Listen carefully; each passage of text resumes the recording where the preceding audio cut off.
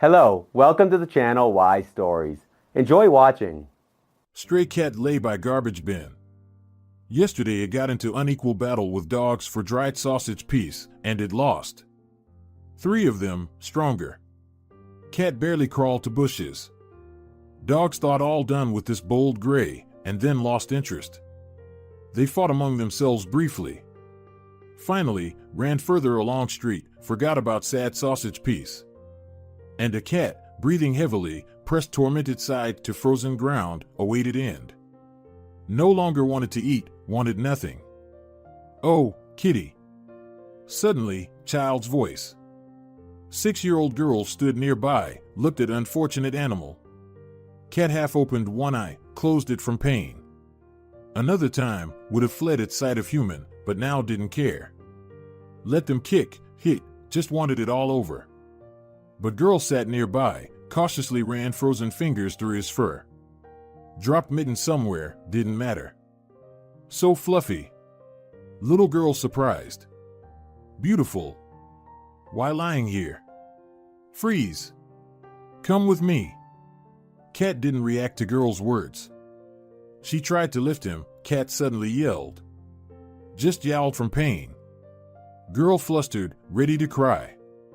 Understood she hurt animal, didn't want to. Stay here, she said, looking at her fingers with cat blood.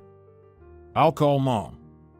Lisa was just finishing cleaning last landing when her daughter rushed in from street. Mom, there's a kitten. Seems really bad. And the girl extended her dirty hand. Oh God. Did you hurt yourself?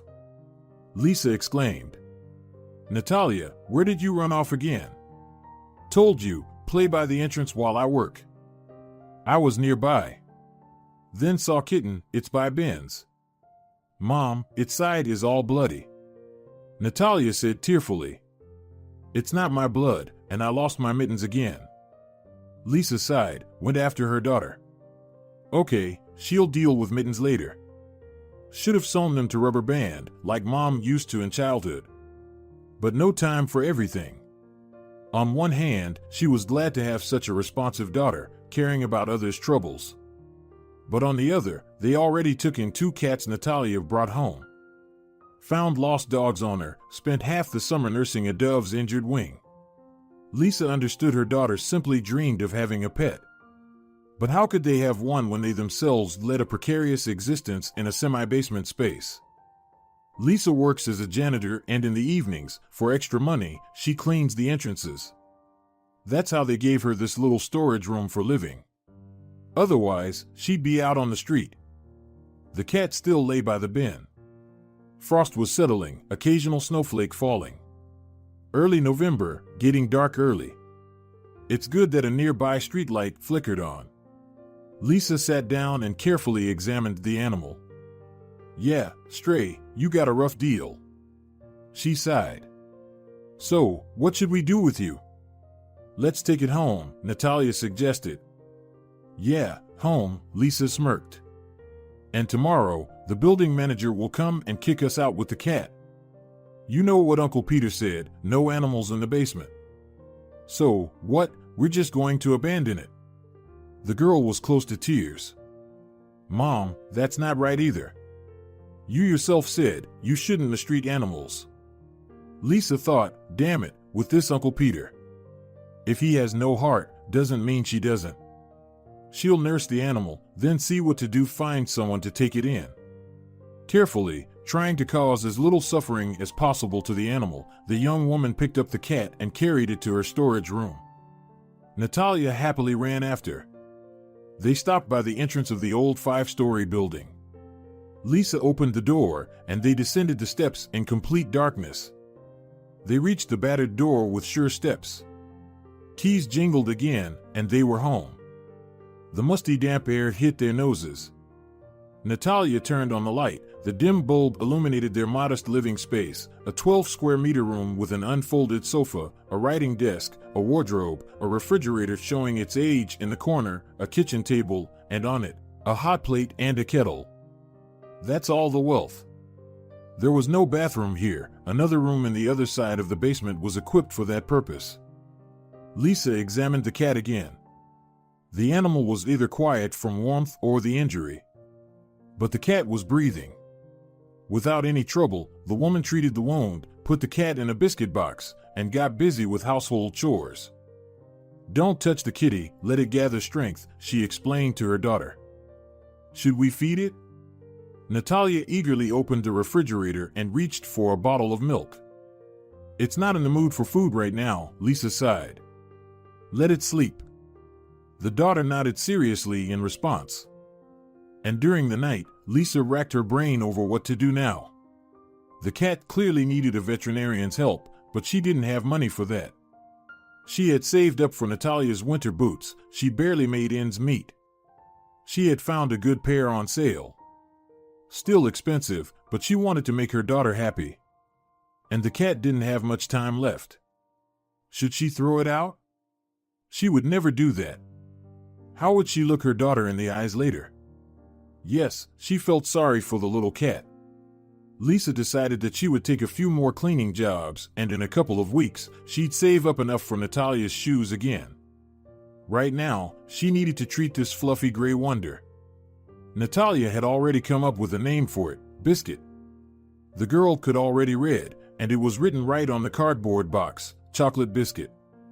She brought the box herself from the store, empty, of course. Natalia was a resourceful child. She knew that you could store a lot in such a box. Clearly, it wouldn't go to waste. And indeed, it came in handy. In the morning, Lisa took Natalia to the daycare and set off with Biscuit to the nearest veterinary clinic. Luckily, it was close by. The cat was very weak, barely moving. It would occasionally let out a plaintive meow and shiver all over its furry body. "It's a serious case," the doctor said after the examination. "We need to perform surgery.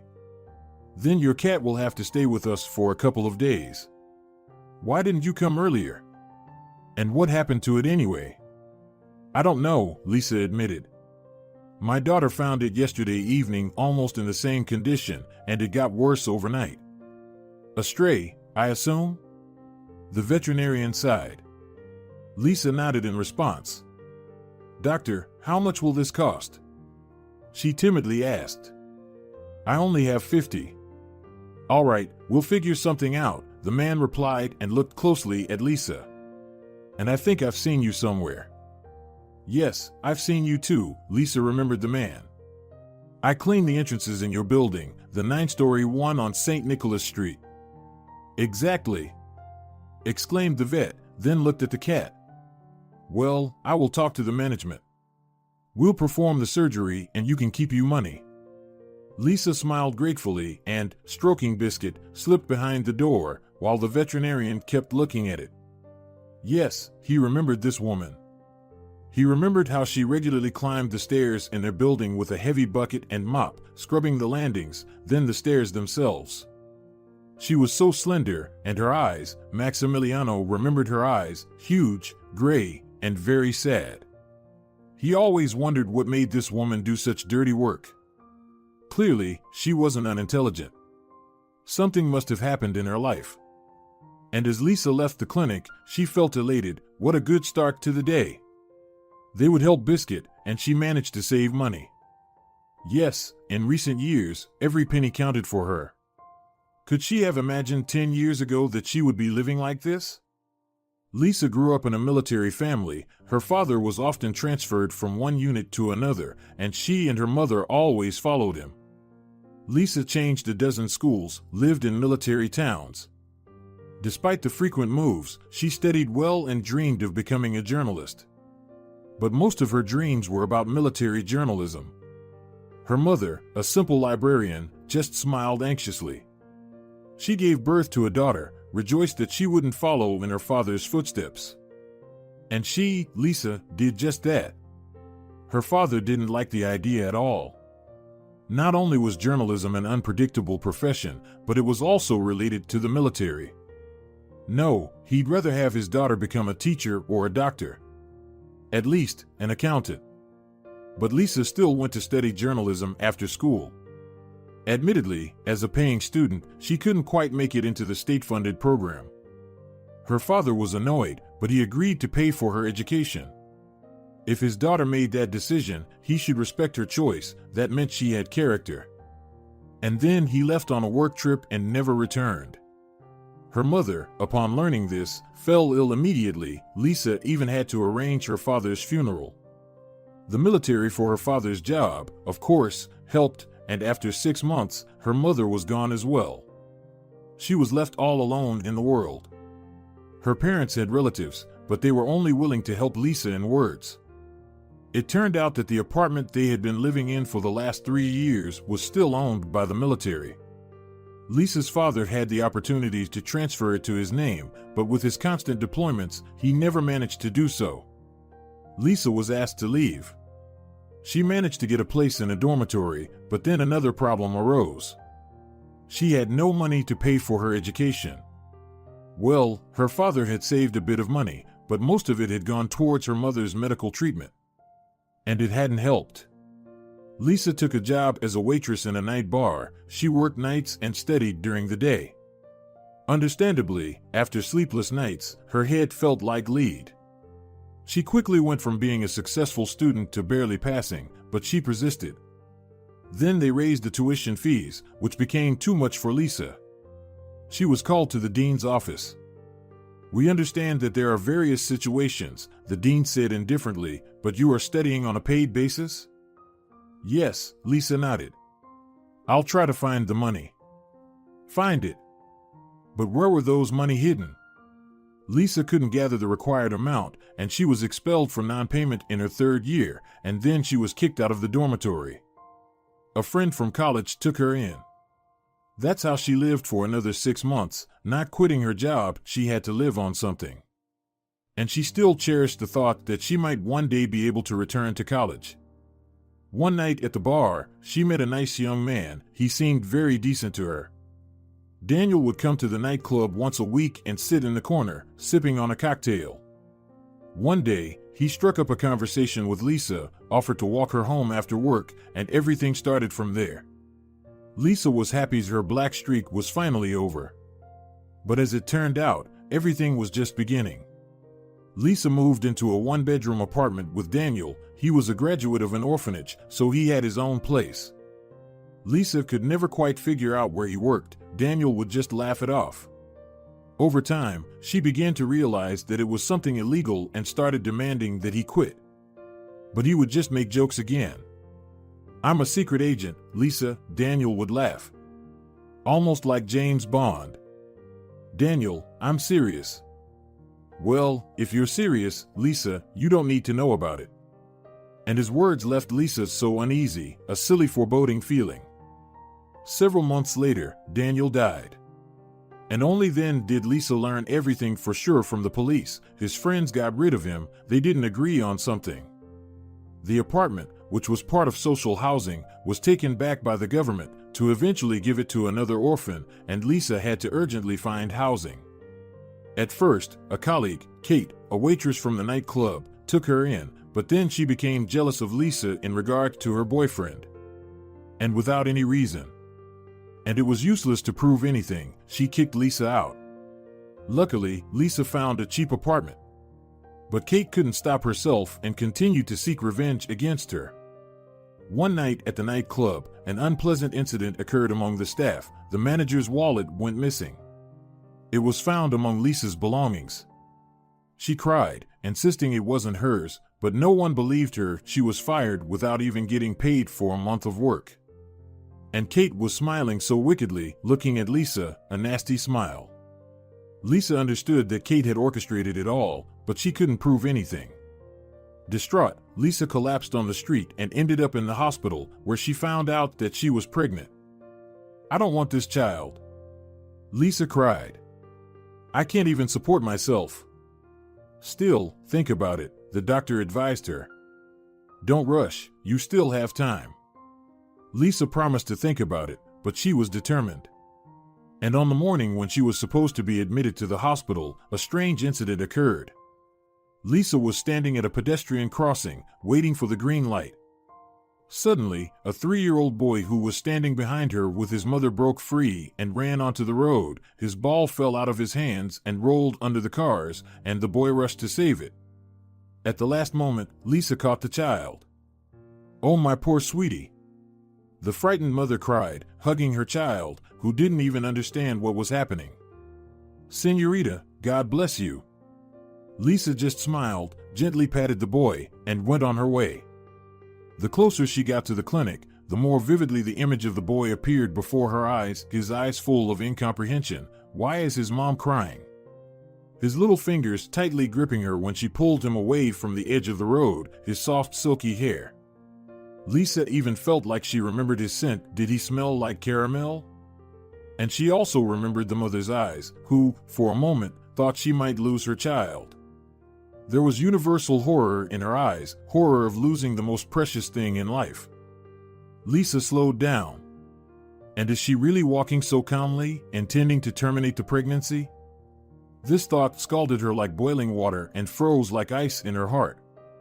She would never do that. Then Lisa turned around and left. She realized that there would be many difficulties ahead, but she was healthy, young, she could handle it. And the trials continued to rain down on her like an abundance from a horn of plenty. First, the faucet in her bathroom burst. Lisa had just gone for another job interview. An unsuccessful one, by the way. And when she returned, a locksmith was already opening the door to her apartment with the neighbors from below. She had flooded them. The landlady who arrived immediately asked her to leave. Lisa decided that in this case, it would be the best option because the flooded neighbors were furious and demanding compensation for the upcoming repairs. And Lisa had no money and nowhere to go. Despair once again gripped her heart. She regretted turning away from the clinic. What should she do? She decided to spend the night at the train station and then try to call acquaintances. Maybe someone would help. An old lady, Doña Duran, as she introduced herself, sat down next to her in the waiting hall. The elderly woman was traveling to the northern part of the country. "I came to visit my sister. I'd stay longer, but I need to get back. Look at me, I've lived to old age," the old woman sighed, "worked my whole life, 40 years of experience, and now I only receive 600. Oh, that's why I keep working." "What do you do for work?" "I'm a janitor. The job is quite heavy for my age, of course, but my health is still holding up. I've been asking the management for a partner, but not many people want to become janitors." "I would do it," Lisa blurted out suddenly, "if I only had a place to live." And somehow, she ended up telling the old woman her story. Doña Duran listened attentively, sighed, and nodded her head. "You know, young lady," she said when Lisa finished, "I don't usually trust the first person I meet, but you, I can see you're a good person. There's one option. In our building, there's a storage room for the janitor, but there's no janitor assigned to this area. So, if you're really willing, let's go together. I'll have a word with my boss for you. He's a difficult man but understanding. I think he'll take you in. Just don't mention your pregnancy, and when he sees you, where else can he put you?" Lisa was a bit puzzled by Doña Duran's last words, but it was honest. Where else could she go? And it was a real option. The important thing was that there was housing available. So, Lisa went from the central part of the country to the northern region. Surprisingly, the head of the housing complex, Señor Gallego, was happy to accept a new employee. Doña Duran even introduced her as her distant relative. Lisa started living in that storage room in the basement. In the morning, she went to work, and in the evening, she gradually arranged her living space. Doña Duran gave her a fridge, a wardrobe, and a sofa. Of course, her growing belly soon became noticeable. Oh, and Señor Gallego scolded her. "Are you an idiot or what?" he yelled at Lisa. "Pregnant and carrying heavy things, shoveling snow. What are you thinking, and how are you portraying me? Am I some kind of monster?" "Señor Gallego, I have no other choice," Lisa confessed to him. "I have nowhere to live, and I don't have money for housing. Where can I go right now? And nobody's kicking you away. No, seriously, do you really think I'm a monster? You'll work in the office until your due date. You seem like a smart girl, and I need someone to properly compile documents for the prosecutor's office for the administration. Like a secretary? Yes, I'll hire you as a secretary. And housing? You can stay where you are. I'll divide your territory between the other janitors. In general, we'll manage, and then we'll figure something else out. Lisa moved to the office, and later her daughter was born. Doña Duran helped her a lot with little Natalia. I would have taken you in, dear, she confessed, but I live with my son now. He drinks like a fish. His wife kicked him out, so he moved in with me. But where else could I put him? He's my son. Lisa understood all of this and didn't take offense at all. She was grateful for the help. But then a tragedy occurred. The old woman passed away. And 6 months later, Senor Gallego fell ill and left his job. The new management became very interested in the issue. Why is a janitor's housing occupied by a person who has other responsibilities? Even Senor Gallego's request not to touch Lisa didn't help. Either you start doing the work you were originally hired for, or vacate the premises. The management presented Lisa with an ultimatum. With no other option, Lisa returned to the streets to sweep. Natalia was only 3 years old at that time, and when she grew a bit more, Lisa found another part-time job cleaning hallways. It became a little easier with the money, but Lisa was terribly tired. But she saw no other way, and where was that way? Who needed her? Natalia was growing into a smart and clever girl, and a very kind one. She felt sorry for every animal. Lisa supported her daughter. She believed in helping those who were worse off in life. But then, the new building manager, Senor Peter Hidalgo, was a staunch opponent of any animals. If he somehow tolerated domestic cats and dogs, he drove all the homeless ones away. When he saw Natalia rescuing a poor kitten once again, he scolded Lisa for it.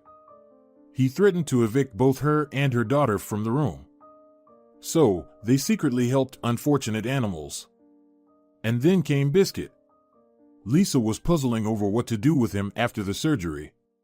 She decided that he would stay with them for a little while after the operation, recover, and then let him go out to continue his stray life.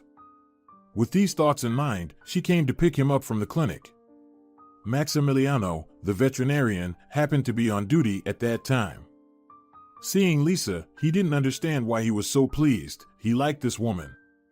Just in a human way.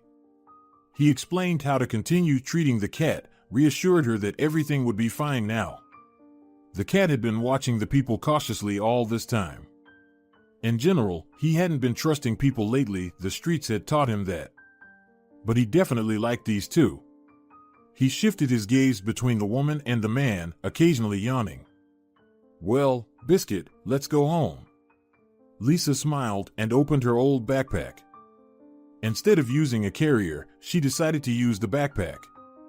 The cat looked at the woman, then at the backpack, with surprise. She was calling him by some strange name. Wait! Suddenly exclaimed Maximiliano. I have a carrier bag. One woman left it. Her old cat is gone, so she brought this bag to the clinic. She said it might come in handy for someone. Oh, it's kind of awkward, Lisa blushed. You've already treated the cat for free. It's awkward to sit in a backpack, right, Biscuit? Maximiliano laughed. Take it, it's not up for discussion. To everyone's surprise, the cat willingly went into the carrier. He seemed to enjoy being in the little house. Oh, how happy Natalia was when she saw the cat in the room. She had thought her mother was lying to her, hiding the truth about the cat. But they really did nurse him back to health. Mommy, is he going to live with us now? The girl looked into her mother's eyes, petting the cat. Biscuit, too, was cautiously looking at Lisa. We'll see, Lisa answered uncertainly. Biscuit turned out to be very intelligent. He quickly settled into the new place. When his side healed, Lisa and her daughter gave him a bath.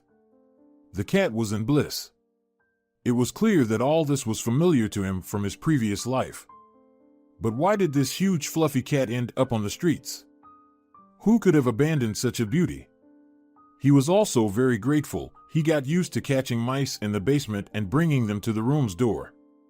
It was like a report, proving that he didn't eat the food just for nothing. He skillfully avoided the building manager. He seemed to understand that he shouldn't put his owners in a bad situation. But one day, Senor Hidalgo finally saw him. He was ruthless, entered the room without knocking. Natalia forgot to close the door. And there, Senor Hidalgo saw a huge cat sleeping on the couch next to the girl. Half asleep, the child didn't understand why Biscuit suddenly rushed under the table. And Senor Hidalgo, slamming the door, was already running to Lisa, who was clearing the snow path near the neighboring entrance.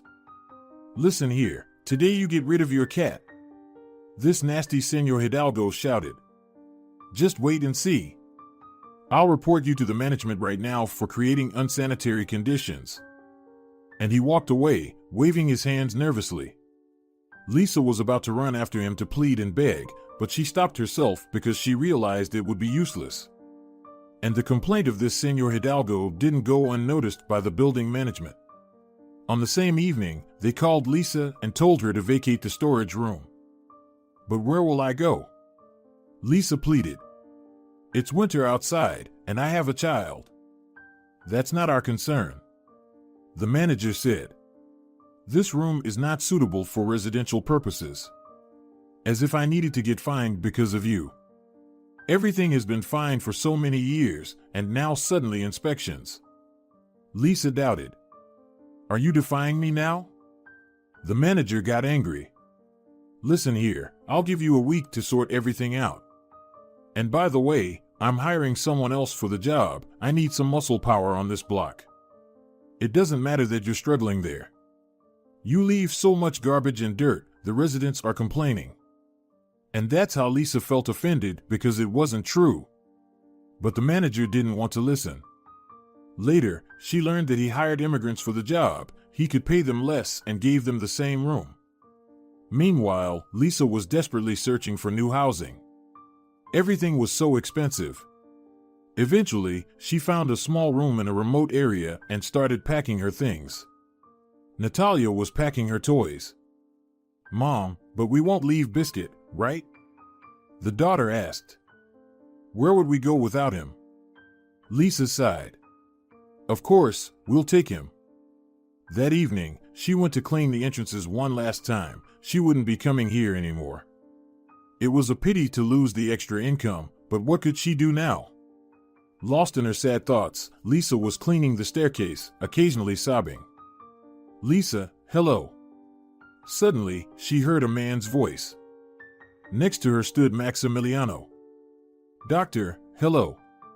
Lisa replied quietly and lowered her gaze, trying to hold back tears. "Is something wrong?" Maximiliano looked closely at the young woman. "No, everything's fine." She shook her head and burst into tears. "All right, put down your rag," Maximiliano commanded. "Come on, let's go to my place. You need to calm down." Lisa obediently followed him. In the two-room apartment's kitchen, they had coffee. Gradually, Lisa calmed down and told Maximiliano her sad story. "So, that's how I'm living," she sighed at the end. "Ever since my parents passed away, my life has been a struggle, and I can't seem to catch a break.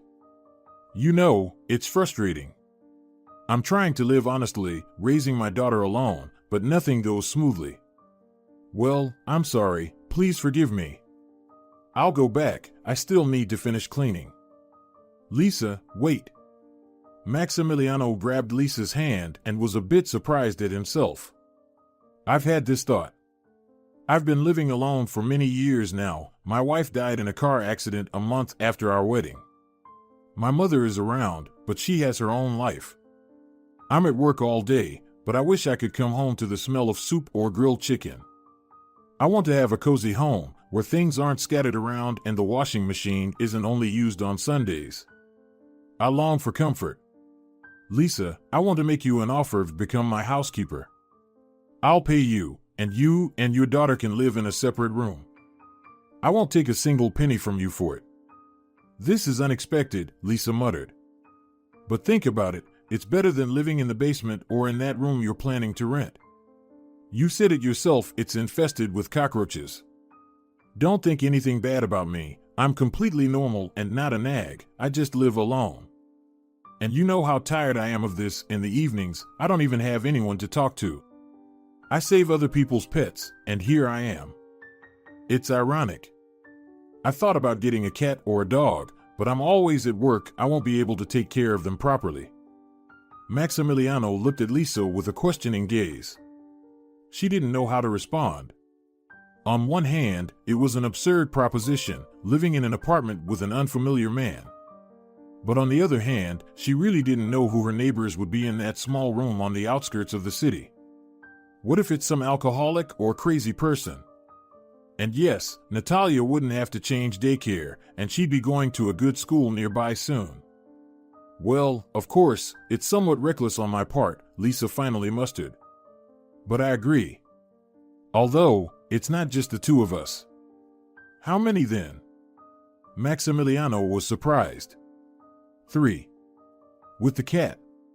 After all, you saved him. Well, yes, Biscuit, it seems. That's great. Now I'll have a pet in my apartment.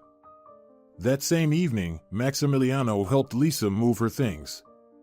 Natalia was thrilled with the new room and the apartment. Essentially, the child was experiencing decent living conditions for the first time. Biscuit swaggered around the apartment, sniffing all the corners. He understood that this was his territory, sprawled in the middle of the room, and purred contentedly. Well, it seems we've settled. Maximiliano smiled. Lisa looked at him gratefully. Hope unexpectedly entered her life that everything would now get better. The next morning, Lisa took Natalia to daycare and began cleaning the apartment. While Maximiliano was neat, it was still evident that a bachelor lived in the house, clothes on a chair, dust on the chandelier. Lisa enjoyed tidying up. She even hummed something. She remembered how she used to live, how she and her mom did a thorough cleaning for holidays, how her dad would beat the carpets in the snow for the new year. The memory of the latter gave her an idea. She should take the carpet in the living room outside and shake it. The vacuum cleaner can do its job, but a bit of fresh air would be nice. Without much thought, she rolled up the carpet and dragged it to the hallway. Fortunately, it wasn't heavy at all. And then, the front door opened. On the threshold stood a woman in her 60s. Bright makeup and fiery red hair that clashed didn't suit her well, but apparently, she saw things differently. She was dressed in a short winter coat, almost like a teenager. Lisa even smiled to herself. Maximiliano had warned that his mother sometimes comes over. Could this be her? Who are you? The woman asked first, inspecting the slender, pretty girl with the carpet in her hands. She herself had given her son this carpet. And the carpet from the living room. Did you just climb in here without permission? And the woman stepped back and pulled out her phone to call the police. No, that's not what it looks like. Lisa exclaimed. I'm the housekeeper. Maximiliano hired me for work. I wanted to shake the carpet outside. Call him and ask. I really am the housekeeper. Sonora Paula Morales raised her eyebrows. A housekeeper? Has her son completely lost his mind? He doesn't earn enough to waste money on servants. Did he decide to play rich or something? Sonny, who's the girl in your apartment? She asked Maximiliano, not particularly concerned whether he was currently busy or not. Hearing the answer, she snorted. Maximiliano, you're being irrational. You don't earn millions. But Maximiliano didn't argue with his mother. Claiming he was busy, he turned off his phone. Sonora Morales stared at Lisa, who was still standing in the hallway. Why are you standing there? Go on, clean the carpet, Sonora Morales commanded. And suddenly, she started feeling good. How pleasant it was to command someone. Sonora Morales was a domineering woman.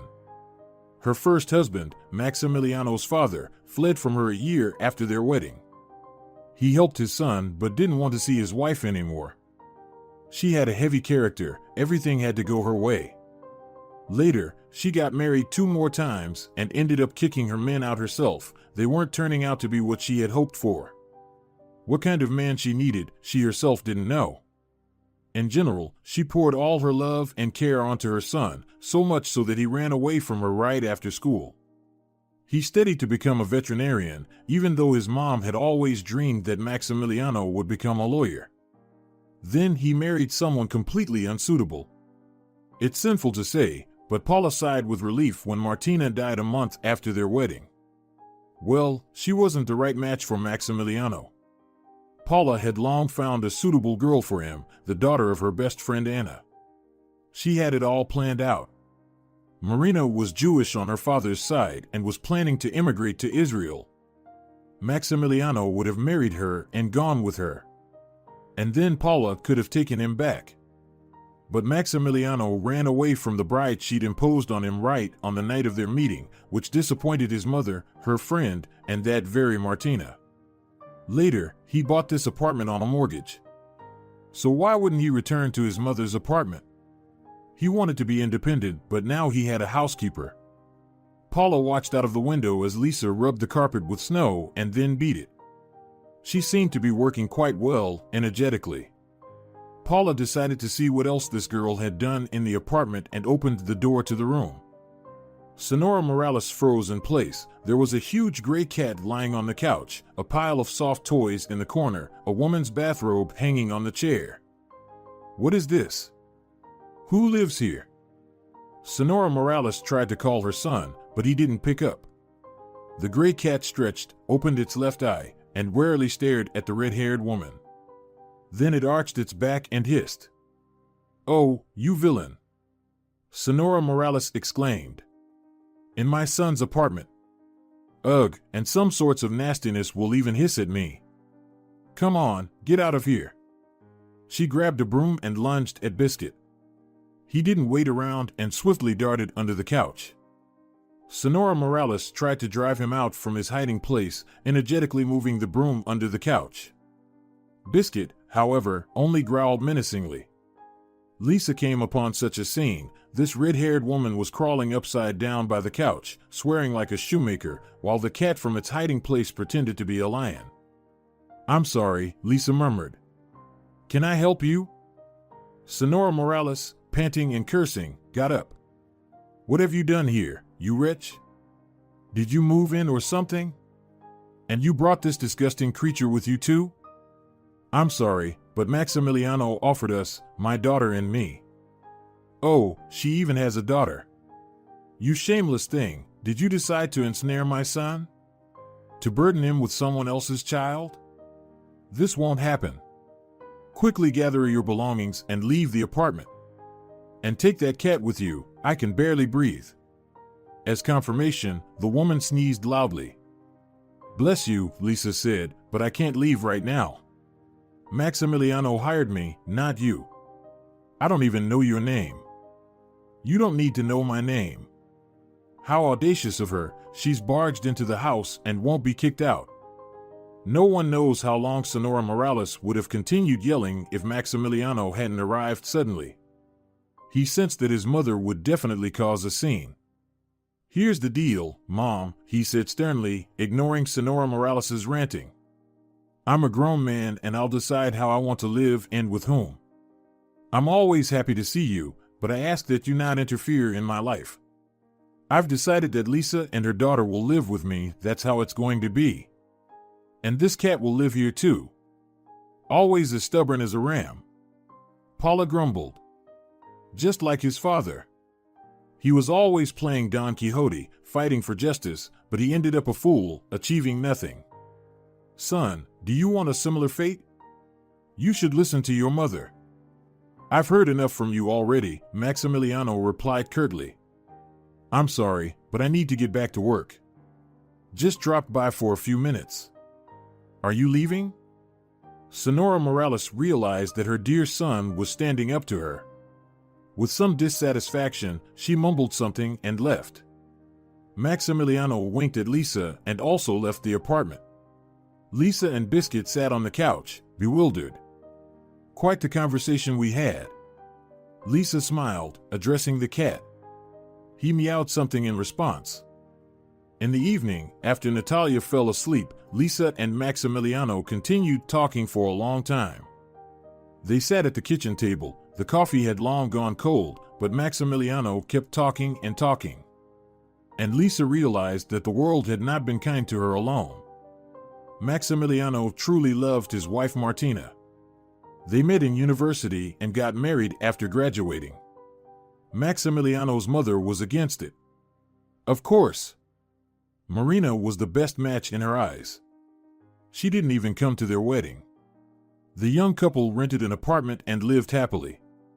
Maximiliano dreamed of a large and close-knit family, 2 or 3 children, their own house, a car. They even wanted to open their own veterinary clinic once they saved up a bit. Not a day went by without Sonora Morales trying to interfere in their family life. She would call in the middle of the night, pretending she was feeling ill and that these were her last moments. And Maximiliano would rush to her, though he already understood that it was all a show.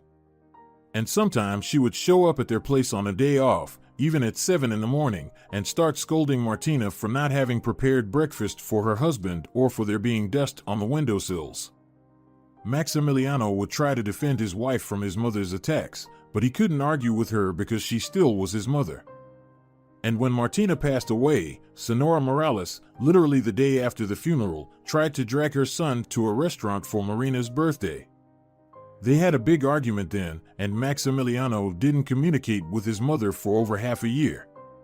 He almost turned to drinking to cope with his grief, barely holding himself together. But then he distanced himself, forgave his mother, and even gave her a spare key to his apartment, just in case. I understand, she loves me, but it's a strange kind of love, and I can't do anything about it, Maximiliano admitted. For some reason, she thinks that since she raised me, she now has the full right to meddle in my life and make decisions for me. She didn't even tell me when my father passed away, even though we had been communicating all these years. He was a good man, but he left the family because of my mother's character. And she didn't even let us say goodbye. That's the kind of mother I have. It's hard for me to understand, Lisa sighed. My parents loved me very much and always gave me the right to choose. Though we didn't save much money all these years, I don't blame them, it just turned out that way. Lisa, don't worry, things will work out for you eventually. Maximiliano, I've been thinking. Your mother might be right, you're not a millionaire, so it's not necessary to hire a housekeeper. I won't ask for payment, I'll do all the housework in exchange for being able to stay here. This is already too much. Lisa, don't talk nonsense. The fact that you and your daughter are living with me brings me joy, I've already mentioned that. But every labor should be compensated. Not paying you? How do you plan to raise Natalia then? But I also clean the hallways. I said I'll pay. Thank you, the girl smiled sadly. Maximiliano looked closely at Lisa, sighed, and then said, You know, sometimes you remind me of Martina. No, don't get me wrong, you look completely different on the outside. Martina had dark eyes and hair. You have gray eyes and brown hair. But in your conversations, your behavior. I remember when you brought Biscuit to the clinic, how worried you were about the animal, how anxiously you looked at him. Martina also loved animals a lot, although in our profession, it's hard not to. You also prop your chin on your hand the same way when you listen. Martina used to do that too. It must be painful for you to remember your wife? Maybe I unconsciously remind you of her? I'm sorry, maybe we should move out with Natalia. No, it's not about that. I wanted to say that I feel good with you. Even just sitting here in silence, drinking cold coffee. They looked at each other, and both awkwardly averted their gaze. No, this was going too far, such confessions were unnecessary. They were just living under the same roof, and at night, Lisa couldn't stop thinking about Maximiliano. He was a good person, and he was also unhappy. And then she mentally scolded herself. They were very different, and each of them had their own fate. And Lisa needed to focus on her daughter first. After all, who needs someone else's child? Yes, no one. Lisa never quit her part-time job. she continued cleaning the hallways.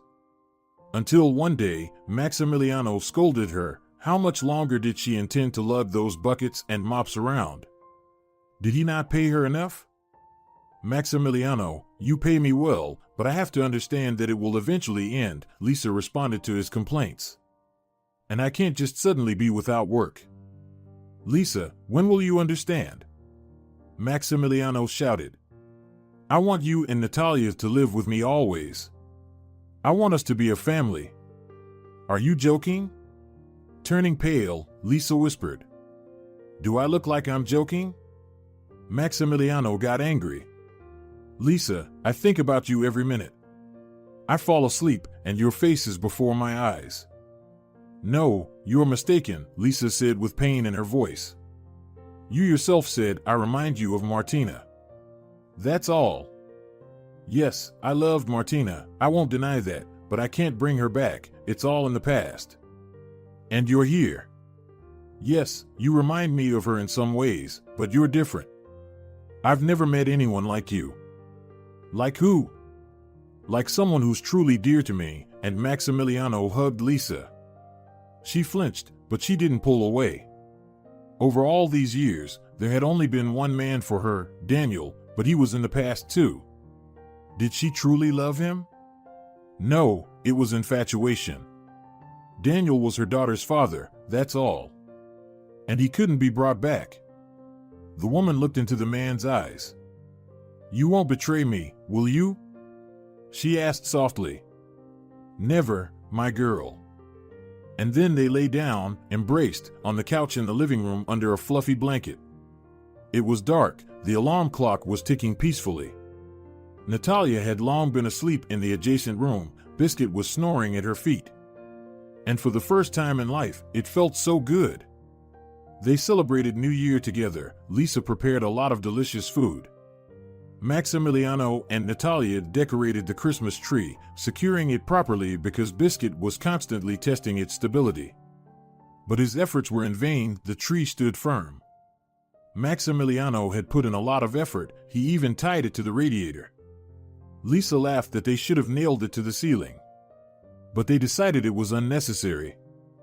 Several times during the evening, Sonora Morales called Maximiliano. She didn't know about her son's relationship with his housekeeper and was deeply saddened that her son would be spending New Year's alone.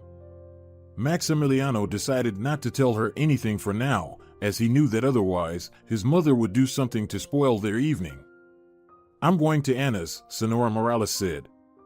Marina is there with her. Oh, Maximiliano, she's turned into such a beauty. Who? Anna? Maximiliano joked, pretending not to understand his mother's hints. No, Marina. And she's so clever. She's returned home now. The company's office is in our city, you know? And Marina is in charge there. Mom, I really want to sleep, Maximiliano theatrically yawned. I just want to get some rest on New Year's night. I'm on duty tomorrow, you understand? And that's how you'll sleep your whole life away. His mother scolded. And then she remembered. Listen, where is your housekeeper today? She went to her aunt's village, Maximiliano lied. Well, she should have stayed there then, Sonora Morales grumbled. Fine, whatever you want. But if you change your mind, know that I'm with Anna. Maximiliano solemnly promised not to forget that and finally hung up. Lisa had been there the whole time. Your mother will find out about us anyway, she said sadly. I'm already terrified to think about her reaction. Don't worry about that. Believe me, I won't let anything harm you. I've learned my lesson. And Maximiliano hugged Lisa tightly. Natalia crawled onto his lap. She had grown quite attached to him during this time. The little girl hugged them both. Mommy, does Santa grant all wishes? She suddenly asked. Of course, Lisa smiled, thinking that the skis Natalia had wished for were already in the storage room. The New Year's wizard would definitely fulfill her wish. Soon you'll be skiing with Uncle Maximiliano. No, I'm not talking about skiing. I know it was you who bought them for me. I saw you putting them in the storage room." The girl waved it off and looked seriously at Maximiliano and Lisa again. "Natalia, you can't hide anything from you." Lisa laughed. "So, what else do you want?" "I want to ask Santa tonight to keep us together always, you, me, and Uncle Maximiliano," the girl confessed. Maximiliano and Lisa exchanged glances. Tonight, all three of them would make one wish together. And then there was a crack, a noise. The 1.5-meter tall beauty of a Christmas tree fell to the floor with a crash. Frightened Biscuit was perched at the top. Everyone froze. "I told you, we should have nailed it to the ceiling," Lisa exclaimed first. "Nails rusted," Maximiliano concluded. "Biscuit," Natalia exclaimed. "Look what you've done." The girl was on the verge of tears. Biscuit, understanding the mess he'd caused, scuttled under the couch. From there, he observed as people, conversing merrily, once again set up that shiny wonder. Naive. With the chime of the clock, everything was ready, the tree and the table. Sleepy Natalia took a sip of juice, made her secret wish, and promptly fell asleep in the armchair. Beside her, Biscuit dozed off. Maximiliano and Lisa looked at them and smiled. "What do you think? What feline wish did Biscuit make?" Maximiliano asked. "Probably the same as ours." And they happily laughed. It was the most wonderful New Year's in years for them. And after the holidays, Lisa and Maximiliano went to the registry office. The thing was, on New Year's night, he proposed to her, and she said yes. They set the wedding for a month later. Maximiliano insisted on a formal ceremony. Although Lisa wasn't sure, what would Maximiliano's mother say? "Darling, she'll be dissatisfied no matter what." "But that's her business," Maximiliano replied. "And this is our life. Tell me, don't you want a white dress, a veil, a restaurant?" "A white dress when my daughter is already 6 years old." Lisa sadly smiled. "But I do want all of that very much. I'm just a little scared. And don't worry, I'm with you and will always be by your side." When Sonora Morales found out that her son was marrying his housekeeper, she clutched her heart. "I always knew that street dog would mess with your head," she yelled at Maximiliano, who broke the news to her. "Son, come to your senses before it's too late." "Well, she's not the right match for you." "Mom, I'm already a grown man." "You didn't like my first wife either, nor Lisa." "Mom, when will you calm down?" "When you marry Marina." "That will never happen." Just like the first time, Sonora Morales didn't attend the wedding. But no one was particularly upset. On the contrary, the wedding was joyful and friendly. There weren't many guests, Maximiliano's colleagues, his friends. Just 15 people. On Lisa's side, there was no one, but the bride wasn't sad. Maximiliano's friends were her friends too. She particularly bonded with Alba, her husband's colleague. Alba had worked at the clinic with Maximiliano for several years and had known both him and Martina. "Maximiliano is really a good guy," she told Lisa. "He deserves to be happy. Look, dear, don't disappoint him." "I'll do my best," Lisa smiled in response. Natalia also enjoyed the wedding. That was the first time she called Maximiliano Dad. Yes, now they were a real family. Meanwhile, in her apartment, Sonora Morales was raging like thunder and lightning. "No, can you imagine? He completely disregards my opinion," she was saying on the phone to her friend Anna. "He's married again to some nobody. And she even has a child. What a horror." Her friend agreed. "Maximiliano doesn't know how to choose people at all. And the worst part is, he told me so arrogantly, 'I'll figure out my life on my own.' He'll figure it out, yeah right. He'll work for peanuts at that stinky clinic his whole life and raise someone else's child. And this little hussy, I'm sure, will make him a cuckold. After all, she shamelessly gave birth without even knowing who the father is. I checked, there's no father listed on the girl's birth certificate. No moral values at all. Awful. Awful. Anna sympathized. And imagine how good-looking a couple Maximiliano and Marina would have made. Sonora Morales sobbed. Sometimes I even dream that they're together. Oh, my friend, I would have wanted that too. It hurts to see my daughter like this. She truly loves Maximiliano. She's loved him for so many years. And I suspect she came back because of him. Right, I'd bend over backwards, but I'll ruin this new marriage. Sonora Morales promised. We'll marry our children anyway. We will. Anna agreed. Several months passed. Lisa didn't want to depend on Maximiliano financially and was eager to work. But where? And luck was on her side. A position opened up in the reception of a veterinary clinic. Lisa quickly got the job there, and now the newlyweds didn't part during the day or in the evening. Lisa quickly adapted to her new role, and she enjoyed her work. She took pride in the fact that clinic visitors always wanted to see her husband. He was a good doctor. Soon, Lisa found her calling. She started a blog about animals, with Biscuit as the main character, of course. The blog featured advice from Maximiliano as a veterinarian. Soon, Lisa's blog became very popular, but of course, she didn't quit her job at the clinic. She also took care of her daughter, her husband, and was an excellent homemaker. As for Sonora Morales, she had never once visited their home. To be honest, even the couple didn't seek meetings with her.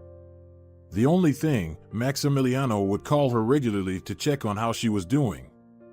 But one day, Sonora Morales showed up at their apartment door. It was a Sunday, and Maximiliano was on duty at the clinic. Hello, Sonora Morales, Lisa said hesitantly, seeing her mother-in-law. Come in, but Maximiliano isn't here. I know, Sonora Morales nodded. He called me yesterday and said he'd be at work today. I came to you, Lisa. It's time for us to talk. After all, we're not strangers to each other. Lisa nodded in response.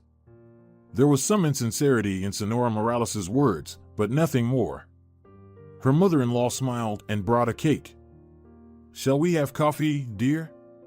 Sonora Morales smiled. Let's chat.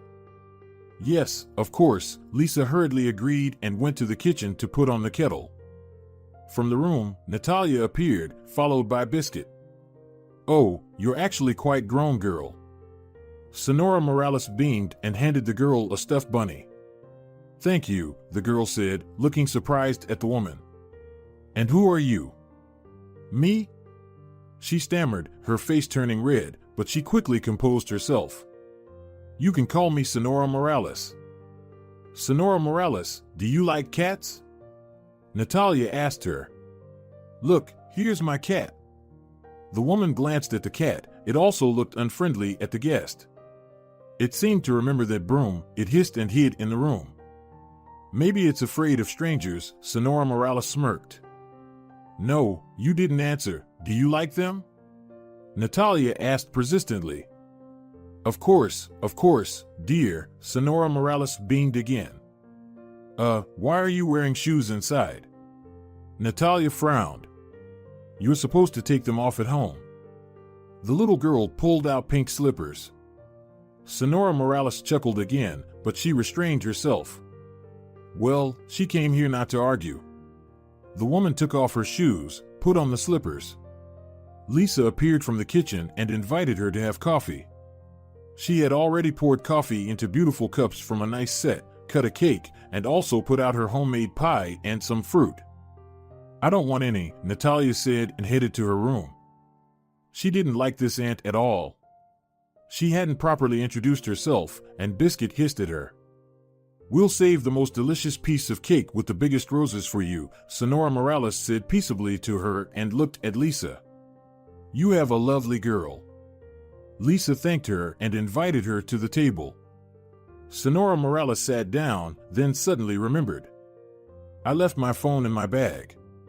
Lisa, could you please bring my bag from the hallway? I'm waiting for an important call. Lisa nodded and went to the hallway. The bag was on a table near the mirror, and from the mirror, you could see the kitchen perfectly. Lisa briefly glanced at her reflection and froze for a moment. Her mother-in-law poured something from a small vial into her cup, then quickly hid it in her pocket. Lisa went back, unsure of what to do. Should she say she saw? Should she kick Sonora Morales out? Or maybe it wasn't that bad. Surely she wouldn't poison her son's wife. But Lisa had no intention of drinking that concoction. Sonora Morales, she said, handing over the bag. Did your heel break? What heel? Sonora Morales looked surprised. I thought one of the heels on your shoes looked strangely turned. I noticed it when I took the bag. That can't be. The woman exclaimed, her expression even changing. They were designer shoes, and she hadn't even realized there was an issue with the heel. Her mother-in-law burst into the hallway, and at the same time, Lisa switched the cups. Oh, honey, it's all fine. Sonora Morales returned with a smirk. The heel is meant to be that way. Very comfortable, by the way. Let's have coffee. She took a sip first, then drank from the cup, and Lisa tried the cake. It was very tasty indeed. Nothing happened. Lisa decided there was probably nothing harmful in the tea. Both of them finished their cups. Lisa poured some more, and suddenly Sonora Morales reddened, grabbed her throat, and started choking. In the first second, Lisa froze in horror. What's happening? Oh my God, it's coffee. She rushed to Sonora Morales, who slumped onto the table, hardly breathing. Luckily, the ambulance arrived quickly. It's poisoning, the doctor determined without a doubt. I'm calling the police. Lisa nodded in agreement. Let the police deal with it now. It turned out that the vial contained a very potent poison. The police quickly determined that Sonora Morales had poured it into the cup. Only her fingerprints were on the vial. When Sonora Morales regained consciousness, specialists began working with her. Everyone concluded that she had done it intentionally right in front of her daughter-in-law. In the first few minutes, the woman couldn't make sense of it all. Why was she in the hospital? What were they making up? She loved life and was ready to live until she was 100. But when the investigator explained everything to her, she paused and muttered that, yes, she had thought about leaving this world for good. She hadn't told anyone the truth because the truth was scarier than it seemed. Lisa told Maximiliano everything, and he was shocked. So, his own mother wanted to get rid of his wife? But how could he tell the police about this? Especially when Lisa, indirectly, was also at fault. She saw his mother pouring something into the coffee and didn't stop her, she just swapped the cups. What should he do? How should he proceed? And he decided to have a conversation with his mother. He went to the hospital to see her. Sonora Morales had already regained consciousness and was strolling in the hospital park, thinking about what had happened. The doctors had said that help arrived quickly, otherwise. She shuddered in horror, closing her eyes, imagining that she might not breathe this air anymore, not see the sky, not hear the birds singing. She sat down on a bench when she saw Maximiliano. "My dear boy, you've come," she exclaimed joyfully. "And here I am, you see, I've fallen ill." "Mom, I know what you wanted to do with Lisa," Maximiliano said directly. "Lisa saw you pouring something into her coffee, so she switched the cups." "Oh, so that's it?" Sonora Morales gasped, paused, and then burst into tears. "Sonny, I didn't mean to, it was a mistake." "A mistake?" "Yes, I didn't mean to. It's nothing serious. Maximiliano, listen to me, and then do what you think is necessary." And Sonora Morales told him the whole story. All this time, she couldn't reconcile herself to the fact that her son was living with Lisa, and everything was going well for them, while her friend's daughter was alone. For many years, Sonora Morales had dreamt that Marina would become her daughter-in-law. But most importantly, Marina was also worried that Maximiliano wasn't paying attention to her. They once had a conversation with Sonora Morales, and she had mentioned that if Lisa were to two-time, Maximiliano would definitely leave her. "And I have a solution," Marina said mysteriously. "What solution?" "I don't know the exact composition, but its effect is this. When a person takes it, their libido increases 100-fold. Well, you understand what I mean. If we were to give some of this drink to your Lisa, she would be chasing after the first person she sees in half an hour. And we could film it all with a camera. Well, fine. Is it really possible? Sonora Morales couldn't believe it. Then she pondered, the drops, maybe I can add them to the drink, but what next? She won't just run out onto the street, will she? That's exactly what she'll do, Marina smirked. It's a proven method. I'll have one old mate wait near the entrance. You don't stay for long, just make sure she drinks the coffee and leave. As soon as this Lisa rushes out, he'll pull her into his car, and we'll capture it all on a phone and send it to Maximiliano. Sonora Morales believed this nonsense. Marina was speaking very persuasively. And then it was all about logistics. She found out when Maximiliano was at work, when Lisa was at home, and pretended to reconcile with her supposed future daughter-in-law. She followed Marina's instructions, but she didn't consider that there was a mirror in the kitchen that could reflect the living room. This saved her. Sonny, I never meant any harm to Lisa. Sonora Morales sobbed. Please believe me. Maximiliano was completely bewildered. Marina? The same Marina he played with in the sandbox as a child? It just didn't make sense. Was she really so in love with him that she was willing to do this? All right, Mom, don't worry. Everything will work out, he said with a sigh. The most important thing is that everyone is alive. What are you going to do now? Sonora Morales asked fearfully. I don't know yet, but we can't just leave it like this. Oh, Marina. I trusted her so much. She seemed like such a nice girl to me. Haven't you figured it out yet? Maximiliano asked angrily. Your nice girl almost sent you to the other side. Yes, I figured it out. That's why I'm quiet, pretending to cooperate with the police. I'm so blame, my dear. Before you, before Lisa. She loves you, and you love her. And I. Oh, how ashamed I am. It was clear that the woman was genuinely regretful for her actions. Maximiliano hugged his mother and even gave her a peck on the cheek. Sonora Morales burst into tears. Her son loved her, and she had acted so horribly. Maximiliano left the hospital and went straight to the police station. This situation couldn't be kept quiet anymore. Now they should handle it. Marina had been in a bad mood since morning. Everything went completely wrong. The old fool messed everything up. She had been at the entrance that day, wanting to make sure everything went smoothly, but at first, the old lady took a long time to come out, and then the ambulance arrived. Marina had been glad initially. It worked. But when she saw Sonora Morales on a stretcher, she panicked. No, she couldn't trust anyone with anything. Marina quickly prepared her documents. She had a flight tonight. She would leave this place far behind, and that was it. Let Maximiliano live with whomever he wanted. Marina and Maximiliano had known each other since childhood. They went to the same school. In the later years of school, Marina fell desperately in love with Maximiliano, but he still saw her as just a friend. However, Marina tried her best to make herself appealing to him. She pursued the best education to show him how intelligent and attractive she was. Not a beauty, but men were still captivated by her. Just not Maximiliano. When he married his Martina, Marina couldn't get over it for a week. What a scoundrel. He even picked someone with a name similar to mine. When Martina died, Marina was ecstatic that Maximiliano would be hers eventually. But he rejected her again. To forget it all, she left the country, worked like crazy, climbed the career ladder. She became a kind of iron lady.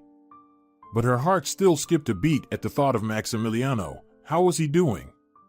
Her mother said he was living alone, working at some shabby clinic. Dr. Doolittle. Marina smirked. Well, what a stupid way to spend his life. No worries, she would still get what she wanted. He would be with her. And then she would find him a suitable profession. She dreamt of spending New Year's with him, flying back home on wings of anticipation that they would soon be together. Her mother assured her that Sonora Morales would definitely invite him for the holidays. And from there, Marina wouldn't let her escape. And again, it didn't work out. He supposedly wanted to sleep on New Year's Eve.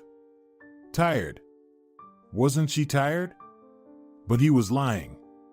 Even back then, he was involved with that mess of a girl. Marina later learned all about her, about that Lisa. They expelled her from college, she got pregnant from someone unclear, lived in some basement, swept the streets, cleaned the floors, a total mess, in other words. And Maximiliano picked her up and even married her. He even took on her child, what an idiot. Every day, she harbored a plan for revenge, and one day she realized how to get rid of her rival. It didn't matter anymore if Maximiliano would be with her or not, she just had to punish that silly Lisa. And Maximiliano, he had no right to love anyone but her. Marina acquired this poison from a market abroad. The vendor explained to her that it was an excellent remedy for cockroaches, but it should never be consumed by humans, a 98% chance of certain death. But that was what Marina needed. Later, that foolish old woman believed in a potion that turned a person into an animal. Everything seemed fine, just a little waiting left. But they took the old lady away, and she miraculously survived. Those unfortunate 2%. Sonora Morales was lucky. Now Marina was worried that the old lady might figure things out. She couldn't be that foolish. And if she spoke up? If Lisa had crossed over, it would have been simpler. Marina had prepared well. Everyone knew that the mother-in-law detested her future daughter-in-law, and Marina happily told everyone about it. A couple of times, seemingly by accident, she dropped hints that Sonora Morales should do something about Lisa. But still, it was all precarious. In short, until that old fool regained her senses, Marina needed to fly away to a place where she would be out of reach for sure. In the evening at the airport, Marina was detained. She feigned complete indignation. For what? Why? She continued to argue in the office. When the charges were brought against her, she quieted down a bit. Then she smirked. And you won't prove anything. Sonora Morales is making false accusations against me. Seems like she wanted to send her daughter-in-law to the other world herself, but failed. What's that got to do with me? Is there any video or photo evidence of me saying what should be done to Lisa? No? There you go. It's all just slander. The investigator himself understood that a good lawyer would acquit Marina, and then Sonora Morales would end up being the scapegoat. But that's not right. He felt that this bold, self-assured girl was guilty. But help came from an unexpected source. A man, a mechanic from one of the city's car repair shops, came to the police station with a confession. He admitted that several years ago he deliberately sabotaged a car engine. It was an old Synchro that Martina, Maximiliano's first wife, used to drive. Marina had ordered the accident back then, and there was even a video recording of his conversation with Marina where they discussed the details of the scheme. Under the weight of irrefutable evidence, Marina confessed. "Idiot!" she yelled in anger. "What, wasn't what I paid you enough? Now you'll go to jail yourself." "I'd rather go to jail," the mechanic answered. "I can't live with this burden anymore." Good Lord! What a fool you are! What fools you all are here! You should all be exterminated like cockroaches. And then she stumbled, realizing that she almost revealed her second secret. But the investigator was experienced. He already knew what liquid was in that vial and where one could acquire such a thing. Then he requested data from the travel agency and found out that Marina had recently been to that very country. Give him the opportunity and money for a business trip, he would even find the vendor. The investigator was persistent. But that wasn't necessary, he managed to build the case without it. And Marina started giving confession statements. Yes, she sent Maximiliano's first wife to the other world. Yes, she tried to do the same to Lisa. When the whole truth came to light, Sonora Morales was the most shocked of all. For so many years, she had no idea what kind of enemy was lurking nearby. It's unclear what else Marina would have done if Maximiliano had indeed become her husband and at some point had become displeasing to her. Maximiliano was also completely bewildered.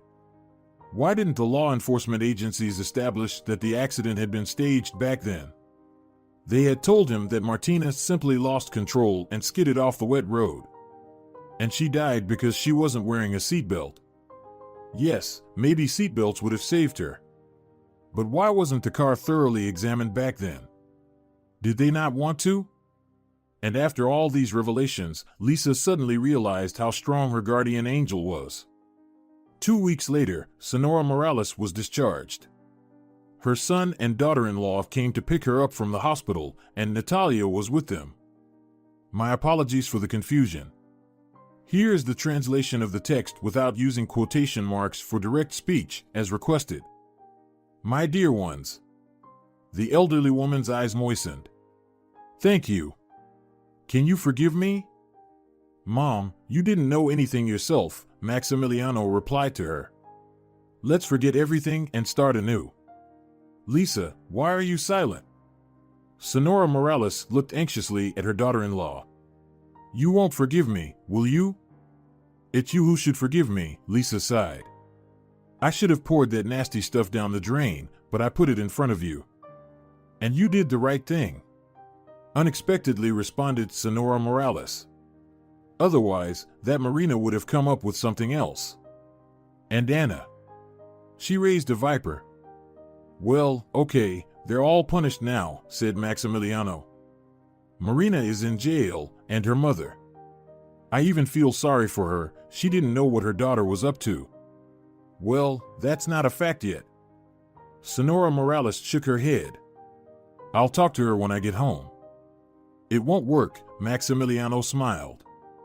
Lisa and I were at your place, watering the plants. So, Aunt Anna was packing up, she sold her apartment and went somewhere. She just gave me a spiteful look and spat after me. What a witch. Well, she's out of our lives now. Sonora Morales waved her hand. She looked at Natalia, who had been silent all this time, and clung to her mother. Natalia, can I hug you? The girl cautiously approached her. You still didn't answer me then. Who are you? Mom and Dad talk about you, but I don't understand. The girl asked. I'm your grandmother. Sonora Morales answered tearfully and hugged the girl. Maximiliano and Lisa looked at each other and smiled. The ice had broken. It should be noted that Sonora Morales had been thinking a lot about everything while in the hospital. About Lisa, about Natalia, too. And in the end, she realized only with them did her son finally find happiness. What more did she need as a mother? It was enough to stop searching for gold and hoping for a wealthy daughter-in-law. After all, everyone starts from something. And perhaps it's Lisa who will help Maximiliano succeed in his career. She seems to be a very wise girl. A year passed after all these events. Lisa went on maternity leave. She and Maximiliano were expecting a son. Natalia was already going to school. During the day, Lisa had enough free time and worked on her blog, which was quite popular among subscribers. Biscuit delighted them with his pranks, and followers were amazed. What a clever cat, if only he didn't speak human. And what a handsome one. Probably from a good breed? But Lisa honestly said, Biscuit is a mixed breed, a former stray cat. And she added to herself, just like me. But everything has passed, and now only joyful days lie ahead. And once she received a strange message. It was from a man. He was now living in England, but a few years ago, he had passed through that town. His name was Eugenio. He asked for Lisa's phone number. He had something important to tell her. At first, Lisa didn't attach much importance to it. But curiosity got the better of her, and she sent him her number. Eugenio called later that day. Thank you for agreeing to talk to me. I've been feeling off for a week. I saw your biscuit and lost my peace. What does my cat have to do with it? Lisa was surprised. You see, there's a story here. And Eugenio told her that 3 years ago, he was in their region. He had come to bury his mother. After the funeral and settling all the matters, he was planning to go to the capital where he lived. But he decided to spend the night in his parents' house. And then, during the night, a disaster struck. A short circuit caused a fire. Eugenio didn't feel any smoke or fumes initially. He was asleep. He woke up when a huge gray cat was sitting on his chest and howling loudly. Grabbing his documents and belongings, Eugenio broke the window and jumped outside. The cat followed him. So they sat together on a bench at the neighbor's while the firefighters were putting out the fire. The neighbor, seeing the cat, smiled. "Our Tomas is back." "Tomas?" Eugenio was surprised. "Yes, the cat. Your mother found him on the road when he was just a tiny kitten. Some passing car threw him out and drove away, but she nursed him. Look what a big cat he's become. She spoiled him. He used to take a bath twice a week. She bought him all sorts of cat toys. When Dolores got sick, Tomas never left her side. He would lie on the painful spot, and her pain would ease. And when she died, he left the house. You came for the funeral, saw him, didn't you?" "No?" "There you go. The cat was grieving somewhere. But as you can see, he's back. He actually saved me," Eugenio admitted and told how it happened. "I just don't understand how he got into the house. Everything was closed at night. The air vent was open. Oh, Eugenio, you've become urbanized. You've forgotten all about rural life. What are you going to do with Tomas now?" "I can't take him. I already have 3 of my own cats."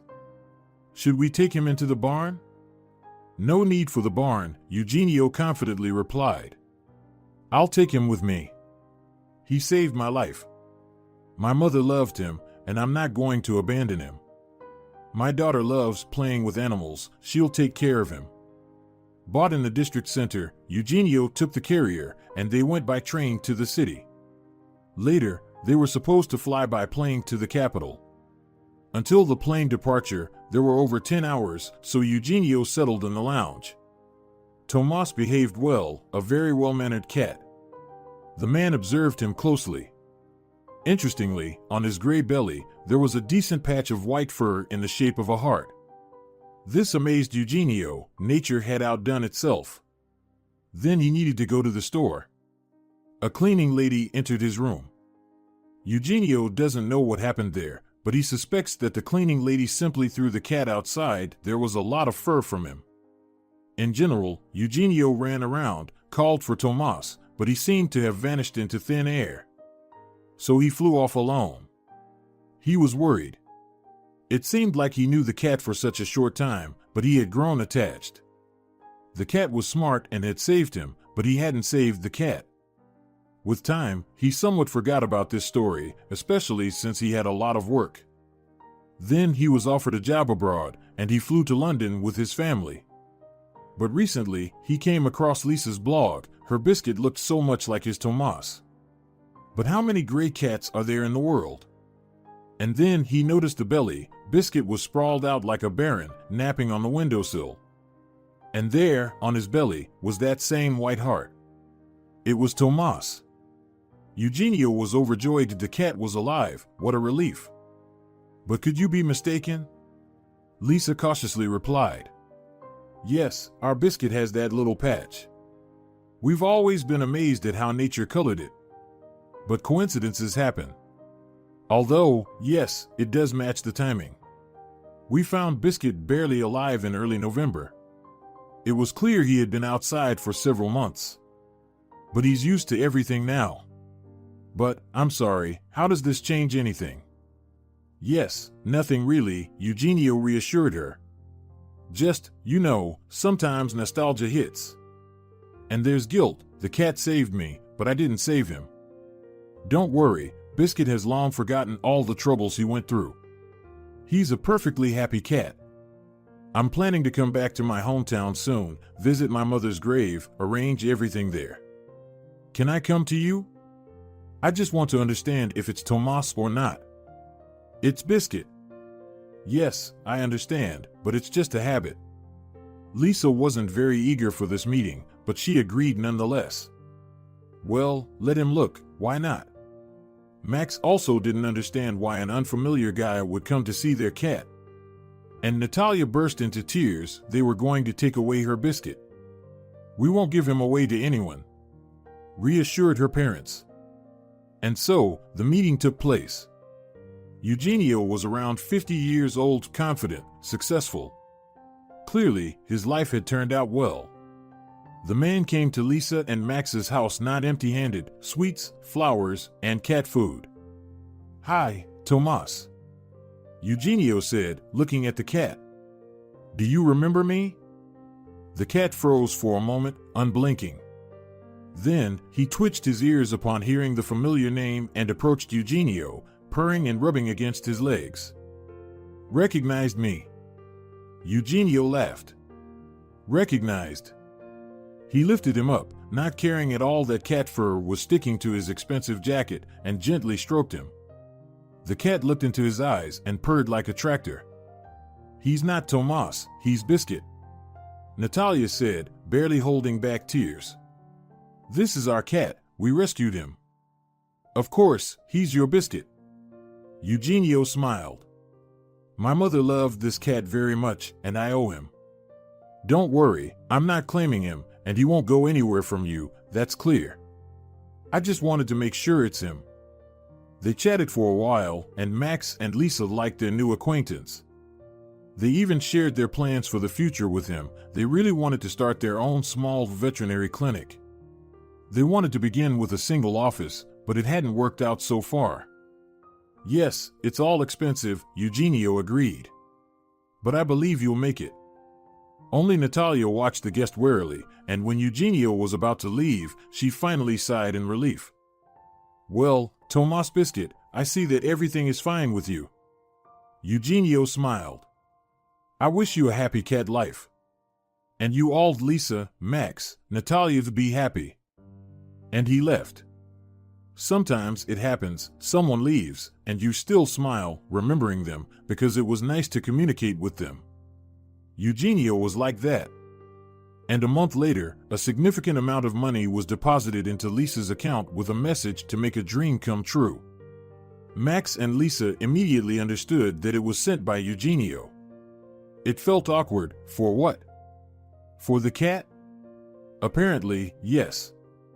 They called him, even scolded Eugenio, but he told them, "I couldn't do otherwise. You have no idea how much I blamed myself for not keeping my mom's beloved cat. I feel guilty towards her. I was always at work, rarely came back. I barely even made it to the funeral. So, it turned out that I lost both my mother and her beloved pet. And you saved him." Eugenio was an amazing person, but as it's known, the wealthy have their quirks. Soon, Lisa gave birth to a son, and the whole family welcomed her home from the maternity ward: Natalia, Max, Sonora Morales. It's worth mentioning that the mother-in-law had completely transformed lately, both in appearance and internally. She still dressed stylishly, but her makeup was more modest, and she changed her hair color to brown. Suddenly, she became softer, kinder. All the outward arrogance had disappeared, and her character had changed. Now she was the most caring grandmother. She completely forgot that Natalia wasn't her biological granddaughter and was ready to spend the whole day with her. They would cook something together, try sewing toys, or take walks outside with Biscuit. And so, Sonora Morales became a grandmother. "How happy I am now," she said to her son, anticipating the arrival of her daughter-in-law with the baby. Maximiliano just smiled. He was just as happy. "What should we name the little brother?" Natalia asked, impatiently glancing at the hospital entrance. "What do you want to name him?" Sonora Morales asked. "I want to name him Miguel." "Why Miguel?" Maximiliano was surprised. "I think Miguel Navarro sounds beautiful," Natalia smiled. "You're my good girl." Maximiliano smiled and picked up the baby girl in his arms. Indeed, Mikhail Navarro sounded beautiful. And Natalia Navarro didn't sound bad either. It was time to officially adopt Natalia so that there would be no questions from anyone. Yes, he had a daughter, and now a son had arrived. Lisa emerged from the building, holding a little bundle of blue. Maximiliano, Natalia, and Sonora Morales rushed towards her. "My dear little girl," said Sonora Morales. "Congratulations." And she kissed her daughter-in-law. Yes, she was her daughter. All misunderstandings were in the past. While Lisa was fully occupied with little Miguel in the first few months, Maximiliano began to work on starting his own business. It turned out that it wasn't that simple. There was a lot of bureaucracy with the paperwork. And that's where the acquaintances of Eugenio came to his aid. After all, Eugenio had instructed them to call him when Maximiliano and Lisa would start their own business. He had extensive experience, good connections, and thanks to all of this, Maximiliano soon opened a small private veterinary clinic named Tomas. Can you guess who was depicted at the entrance? Of course, Biscuit. Content and satisfied with life. And everything in Lisa's and her family's life went smoothly, as if all the troubles and misfortunes from the past had never happened. It seemed like everything was behind them, but one day Lisa received a letter from the correctional facility. It was from that same Marina. Lisa thought that perhaps she had come to her senses and was asking for forgiveness. But no. Every line of her letter was filled with venom. "I hate you, Marina wrote. "You are nobody and should be called nobody. Do you really think Maximiliano will be happy with you? Don't even hope for it. I'll serve my time, and when I get out, you'll answer for everything." Reading this, Lisa was initially upset, but then she burned the letter. Away with all the negativity. Let Marina choke on her own poison. She wouldn't be able to do anything to her and her family anymore. She was sentenced to 12 years, the maximum. And even if she got out on parole in a few years, she probably wouldn't be able to do anything to Lisa and her family. What would she become when she gets out? Clearly not flourishing and full of strength. She had ruined her own life. She now had no money or influence. All her acquaintances had turned away from her, and it was her own doing. "What's that smell?" Maximiliano was surprised, peeking into the kitchen. "Did something burn?" "Yes, something burned. All our sorrows and troubles." "I don't understand." "Oh, I'm just kidding." Lisa laughed. The parchment and oven got burnt. She decided that Maximiliano didn't need to know about that letter, and she would forget about it and forgive Marina. Because bitter resentments destroy, first and foremost, the person who harbors them. And if you look at the world with a smile, the world will smile back at you. If you lend a helping hand to those less fortunate in this life, a helping hand will be extended to you in return when times are tough. If you're enjoying it as well, leave a like